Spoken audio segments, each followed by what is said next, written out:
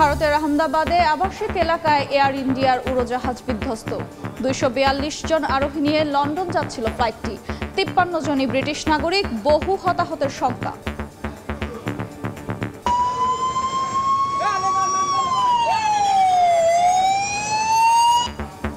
উড্ডয়নের কয়েক সেকেন্ডের মধ্যে নিয়ন্ত্রণ কক্ষের সঙ্গে বিচ্ছিন্ন হয় যোগাযোগ। চলছে উদ্ধার অভিযান। সব ধরনের সহায়তার আশ্বাস স্বরাষ্ট্রমন্ত্রী অমিত শাহর।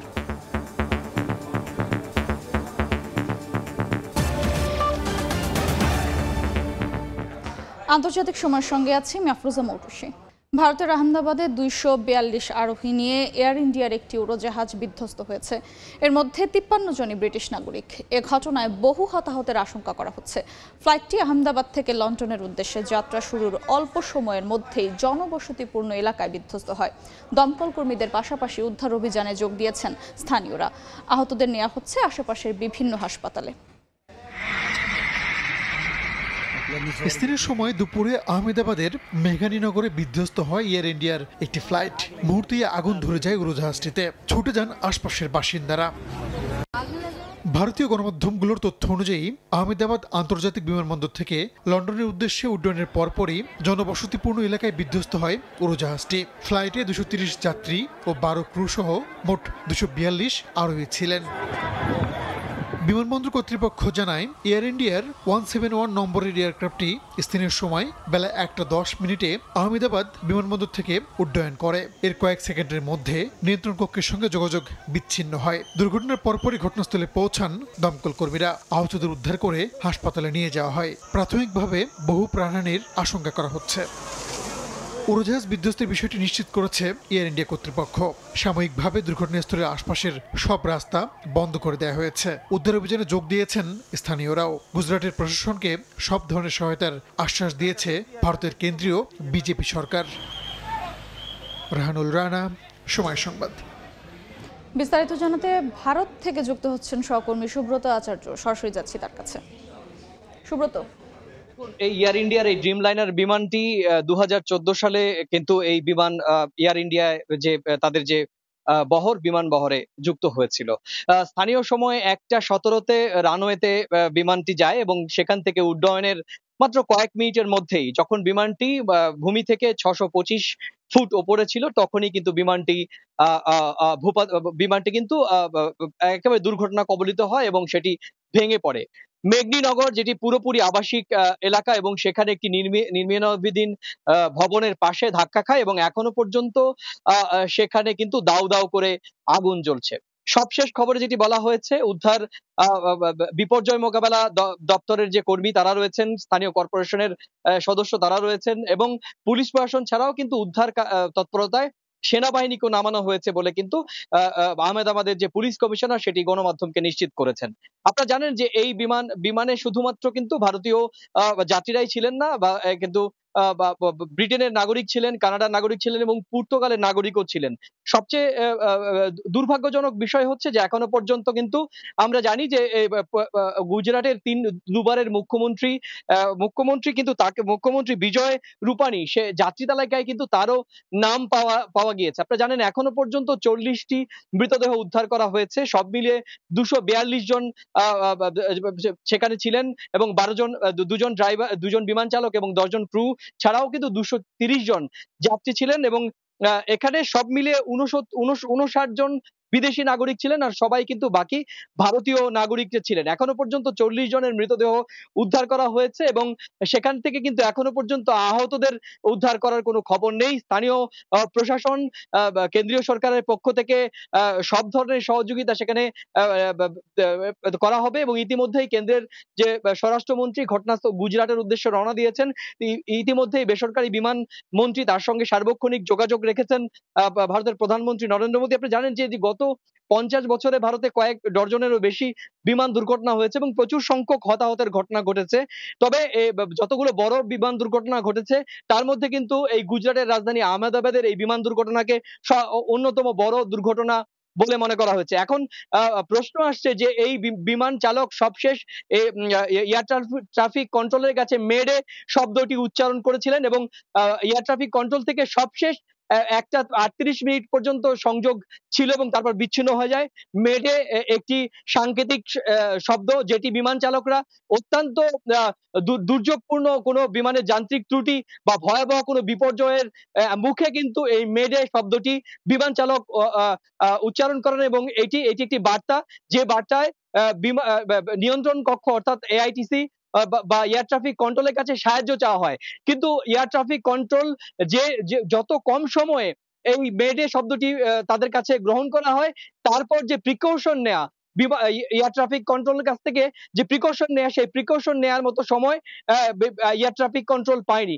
আর আর বিমানটির হতাহতের ঘটনা কিংবা দুর্ঘটনা আরো ভয়াবহতা হওয়ার কারণ আপাতত যারা এভিয়েশন দুর্ঘটনা বিশেষজ্ঞ তারা বলছেন যে বিমানটি উড্ডয়নের মাত্র ৬২৫ ফুট উঁচু থেকেই ভেঙে পড়ে এবং সে কারণেই কিন্তু হতাহতের সংখ্যা অনেক বেশি হবে, এটাই কিন্তু আশঙ্কা করা হচ্ছে।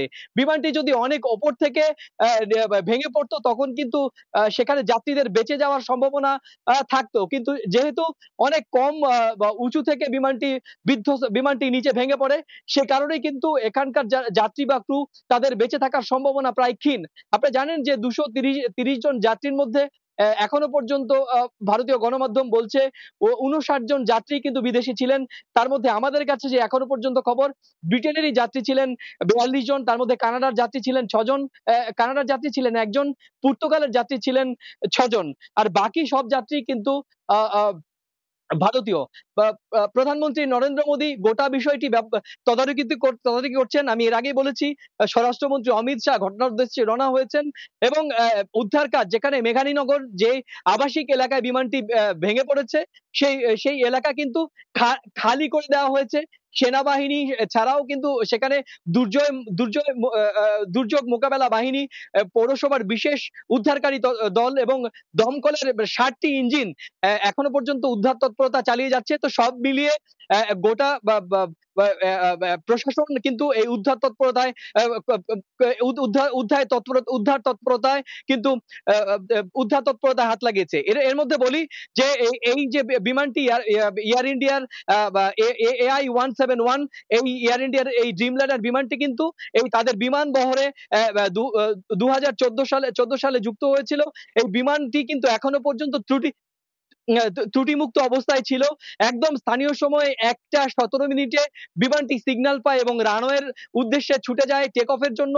বিমানটি একেবারে টেক অফ করে তখন স্থানীয় সময় ১টা ১৭ মিনিট এবং ১টা ১৭ থেকে ১টা ৩৮ এর মধ্যেই কিন্তু বিমানটির চালকের সঙ্গে কিন্তু এআইটি বা অর্থাৎ এয়ার ট্রাফিক কন্ট্রোলের সঙ্গে যোগাযোগ বিচ্ছিন্ন হয়ে যায়। আমি আগেই বলেছি দর্শকদের যে বিমান চালক, অভিজ্ঞ চালক যিনি কিন্তু প্রায় ৮,০০০ ঘন্টা বিমান চালানোর অভিজ্ঞতা রয়েছে এবং তার যে পাইলট আরোহী ছিলেন, তিনিও কিন্তু ৬,০০০ ঘন্টা বিমান চালানোর মতো অভিজ্ঞতা রয়েছে। সুতরাং এই দুজন অভিজ্ঞ বিমান চালক এবং বিমান দুর্ঘটনার আগে মেডে শব্দটি উচ্চারণ করেন এবং মেডে শব্দটি উচ্চারণের পর যে এয়ার ট্রাফিক কন্ট্রোলের পক্ষ থেকে যে প্রিকশন নেয়া, অর্থাৎ দুর্ঘটনা ঘটার আগে যে এয়ার ট্রাফিক কন্ট্রোল যে প্রিকশন নেয়, যে কোনো যান্ত্রিক ত্রুটি রয়েছে কিনা সে বিষয়ে কিন্তু সময়ের ফ্রিকোয়েন্সি এত কম ছিল যে এয়ার ট্রাফিক কন্ট্রোলের পক্ষে আর রেসপন্স করার সুযোগ হয়নি এবং সে কারণেই কিন্তু এয়ার ট্রাফিক কন্ট্রোলের সঙ্গে যোগাযোগ বন্ধ হয়ে যায়। এখনো পর্যন্ত বিমানটি থেকে ব্ল্যাক বক্স উদ্ধার করা সম্ভব হয়নি এবং প্রকৃত বিমানের যান্ত্রিক ত্রুটি বা বিমানের অন্য কোনো ঘটনা অভ্যন্তরে হয়েছিল কিনা সেটি কিন্তু ব্ল্যাক বক্স থেকেই জানা যাবে। এবং বিমানের যে যাত্রী তালিকা, সেই যাত্রী তালিকায় কিন্তু আ আ গুজরাটের পরপর ২০১৬ এবং ২০২১ সালের আ আ মুখ্যমন্ত্রী, আ তিনি কিন্তু এই বিমানের যাত্রী তালিকায় তার কিন্তু নাম দেখা গিয়েছে। সুতরাং এই মুহূর্তে তার দেহ বা তিনি আহত হয়েছেন কিনা সেটি নিশ্চিত না হলেও যে এই তালিকায় তার নাম রয়েছে এবং সেটি কিন্তু আ রাজ রাজ রাজনৈতিকভাবেও কিন্তু অনেক তাৎপর্যপূর্ণ। আপনারা জানেন যে এই বিমানটি যখন আ আ দুর্ঘটনা কবলিত হয় তখন মে ডে এই শব্দটি বিমান চালক এআইটির কাছে অর্থাৎ এয়ার ট্রাফিক কন্ট্রোলের কাছে বার্তা দেয় এবং এই মেড শব্দটি একটি একটি সাংকেতিক শব্দ। সেই সংকেতের মাধ্যমে বিমান চালক এয়ার ট্রাফিক কন্ট্রোলের কাছে বার্তা দেয় যে আমার বিমানটি অত্যন্ত দুর্যোগপূর্ণ অবস্থায় রয়েছে বা ভয়াবহ বিমান দুর্ঘটনার কবলে পড়তে চলেছি, আপনারা উদ্ধার করুন বা আপনারা কোনো এখানে আমাদের উদ্ধার করুন বা বাঁচান।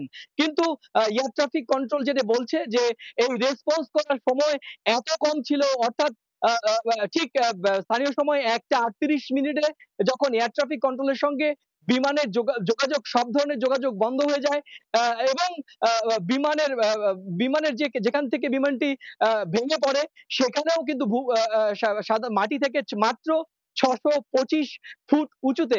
তো সব মিলিয়ে এই দুর্ঘটনা ভয়াবহ আকার বা এই দুর্ঘটনার ভয়াবহতা অন্য সাধারণ বিমান দুর্ঘটনা থেকে বেশি হবে, এমনটাই কিন্তু বিমান দুর্ঘটনা বিশেষজ্ঞ তারা কিন্তু বলছেন।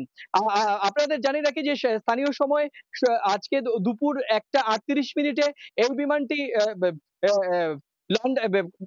গুজরাটের রাজধানী আহমেদাবাদ থেকে লন্ডনের গ্যাটওয়েক বিমানবন্দরের উদ্দেশ্যে রওনা হয় এবং এই 230 জন যাত্রী, 2 জন বিমান চালক এবং 10 জন ক্রু মেম্বার ওই বিমানে ছিলেন এবং ওই বিমানে কিন্তু গুজরাটের পরপরের দুবারের মুখ্যমন্ত্রী তিনিও কিন্তু সেখানে প্রাক্তন মুখ্যমন্ত্রী সেখানে ছিলেন।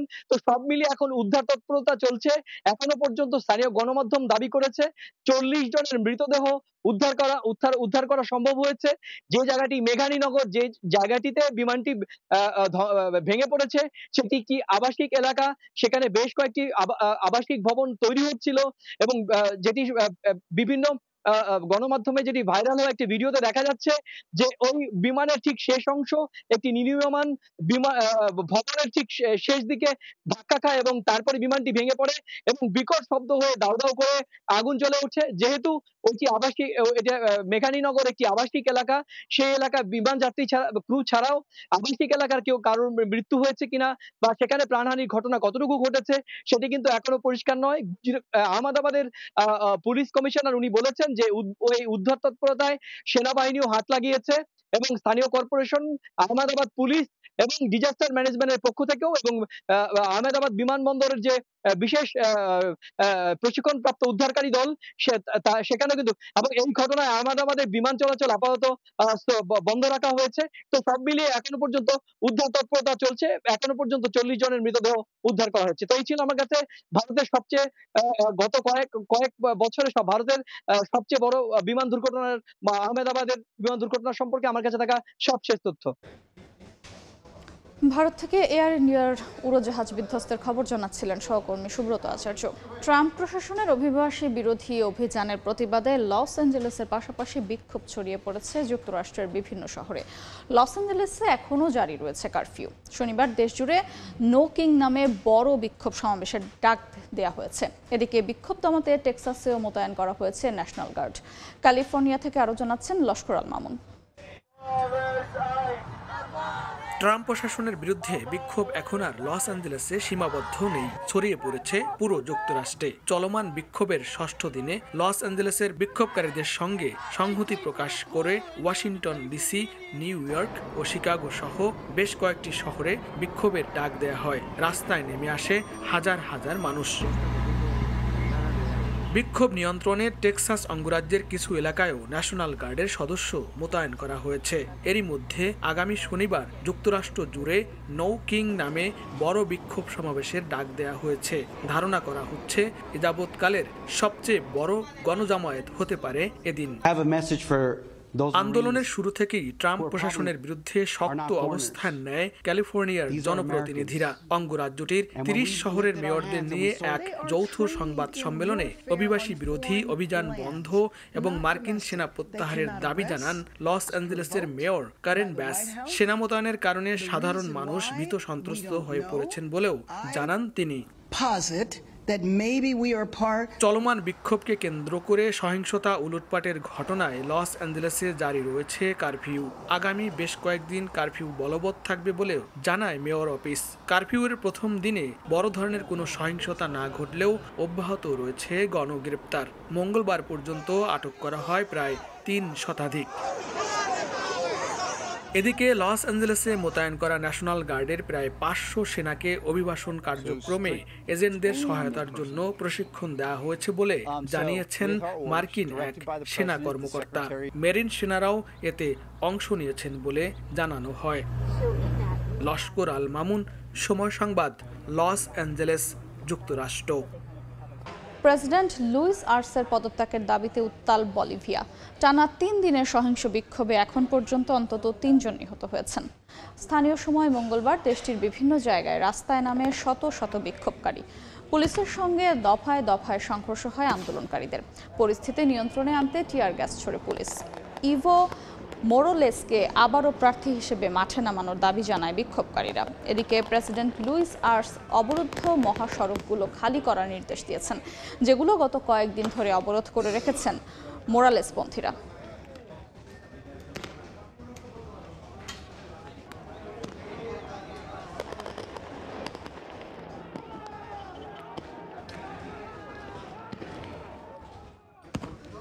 ক্ষুধার্তকে খাদ্য দেওয়ার নামে অব্যাহত আছে ইসরায়েলের প্রাণঘাতী হামলা।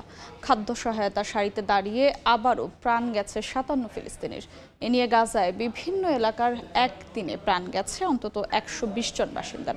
এদিকে লেবাননের দক্ষিণে বাইতলিফ শহরে ইসরায়েলি হামলায় নিহত 1 জন, আহত অন্তত 3। বিশ্ববাসীর ক্ষোভ, নিজ দেশের নাগরিকের তোপ আর নিরীহ ফিলিস্তিনিদের দীর্ঘশ্বাস। কোনো কিছুতেই থামছে না গাজায় নেতানিয়াহু বাহিনীর আগ্রাসন। প্রতিদিনই বিভিন্ন এলাকায় প্রাণ দিতে হচ্ছে বাসিন্দাদের। এমনকি খাদ্য সহায়তা দেওয়ার নামে দীর্ঘদিন ধরে মানুষের সারির ওপর নির্বিচারে চালানো হচ্ছে হামলা। যারাই খাদ্যের সন্ধানে যাচ্ছেন তারাই পরিণত হচ্ছেন লক্ষ্যবস্তুতে। এরই মধ্যে উপত্যকাটিতে আগ্রাসন বন্ধে ইসরায়েলের উপর চাপ বাড়াতে ইইউর প্রতি আহ্বান জানিয়েছেন ফিলিস্তিনের প্রধানমন্ত্রী মোহাম্মদ মুস্তফা। তিনি নতুন নিযুক্ত মধ্যপ্রাচ্য শান্তিদূত ক্রিস্টোফ বিগোর সঙ্গে বৈঠকে গাজায় যুদ্ধ থামাতে ইউরোপের কার্যকর হস্তক্ষেপ চেয়েছেন। ইইউ দূত বিগত বলেছেন, যুদ্ধবিরতি, মানবিক সহায়তা পৌঁছানো এবং গাজার পুনর্গঠন 3টি বিষয়েরই এখন সবচেয়ে বড় অগ্রাধিকার হওয়া উচিত। এই আলোচনার প্রেক্ষাপটেই আগামী সপ্তাহে নিউ ইয়র্কে অনুষ্ঠিত হতে যাচ্ছে জাতিসংঘ আয়োজিত আন্তর্জাতিক শান্তি সম্মেলন, যেখানে একটি স্বাধীন ফিলিস্তিন রাষ্ট্র গঠনের রূপরেখা নিয়েও আলোচনা হবে। এদিকে লেবাননেও হামলা চালিয়ে যাচ্ছে ইসরায়েল। দেশটির দক্ষিণের বাইতলিফ শহরের নেতানিয়াহু বাহিনীর ড্রোন হামলায় হতাহত হয়েছেন বেশ কয়েকজন। সাধারণ বাসিন্দাদের উপর সরাসরি হামলা চালালেও নেতানিয়াহু প্রশাসনের দাবি হিজবুল্লাহর লক্ষ্যবস্তুতে হামলা চালিয়েছে তারা। নাদিম মারজান, সময় সংবাদ। দক্ষিণ আফ্রিকার ইস্টার্ন কেপ প্রদেশে ভয়াবহ বন্যায় 49 জনের মৃত্যু হয়েছে। একটি স্কুল বাস বন্যার পানিতে ভেসে যাওয়ার ঘটনায় প্রাণ হারিয়েছে অন্তত 6 জন, যার মধ্যে রয়েছে 4 জন শিক্ষার্থী এবং চালক ও সহকারী। এখনও নিখোঁজ রয়েছে আরও 4 জন শিক্ষার্থী। বন্যার সর্বস্ব হারানো স্থানীয় বাসিন্দারা জানান, তীব্র স্রোতে মুহূর্তেই ধসে পড়ে আশেপাশের ঘরবাড়ি। সন্তানদের কান্নায় ঘুম ভেঙে বেঁচে যান কেউ কেউ। জলবায়ু পরিবর্তনের প্রভাবে দক্ষিণ আফ্রিকায় বন্যা ও ঝড়ের প্রবণতা বেড়েছে বলেও মনে করছেন সংশ্লিষ্টরা। কমলা গোলাপি আভার বিরল চাঁদ স্ট্রবেরি মুনের সাক্ষী হলো বিশ্বের বিভিন্ন দেশ। বিশেষ করে যুক্তরাষ্ট্রের নিউ ইয়র্ক, ফ্লোরিডার পাশাপাশি যুক্তরাজ্য, ইতালি ও ভারত থেকেও দেখা গেছে চাঁদের অপরূপ দৃশ্য। এটিকে শুধুমাত্র নয়নাভিরাম দৃশ্যই নয়, চাঁদের 18 বছরের চক্রের একটি বিরল মুহূর্ত বলছেন জ্যোতির্বিজ্ঞানীরা। চাঁদের এমন রূপ খুব কমই দেখেছে বিশ্ববাসী। মঙ্গলবার রাতে বিরল কমলা গোলাপি আভার স্ট্রবেরি মুনের সাক্ষী হল বিশ্বের বিভিন্ন দেশ। বুধবার ভোর পর্যন্ত যুক্তরাষ্ট্রের নিউ ইয়র্ক, ফ্লোরিডা এবং যুক্তরাজ্যের লন্ডনে দেখা মেলে এই চমৎকার দৃশ্যের। ইতালি, গ্রিস এবং ভারতের আকাশেও দেখা যায় স্ট্রবেরি মুনের বিস্ময়কর দৃশ্য। এই দৃশ্য চাঁদের 18 বছরের চক্রের একটি বিরল মুহূর্ত বলে জানান জ্যোতির্বিজ্ঞানীরা।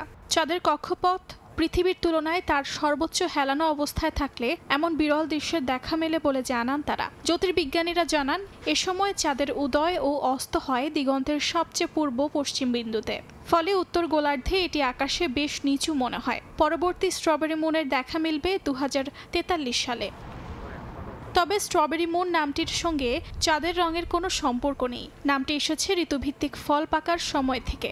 স্ট্রবেরি মুনকে বার্থ মুন, হানিমুন বা মিড মান্থ হিসেবেও ডাকা হয়। অর্জিতা শেহসিন, সময় সংবাদ। আন্তর্জাতিক সময়ের শীর্ষ সংবাদ জানিয়ে দিচ্ছি আরেকবার।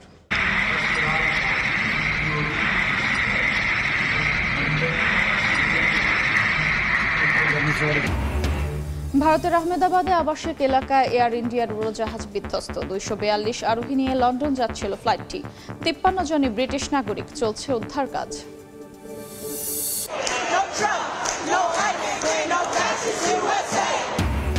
অভিবাসী ইস্যুতে যুক্তরাষ্ট্রের বিভিন্ন শহরে ছড়িয়ে পড়ছে বিক্ষোভ। বেকায়দায় ট্রাম্প প্রশাসন।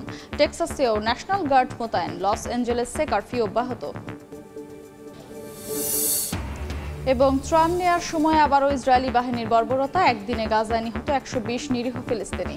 লেবাননেও নেতানিয়াহু বাহিনীর হামলায় কয়েকজন হতাহত।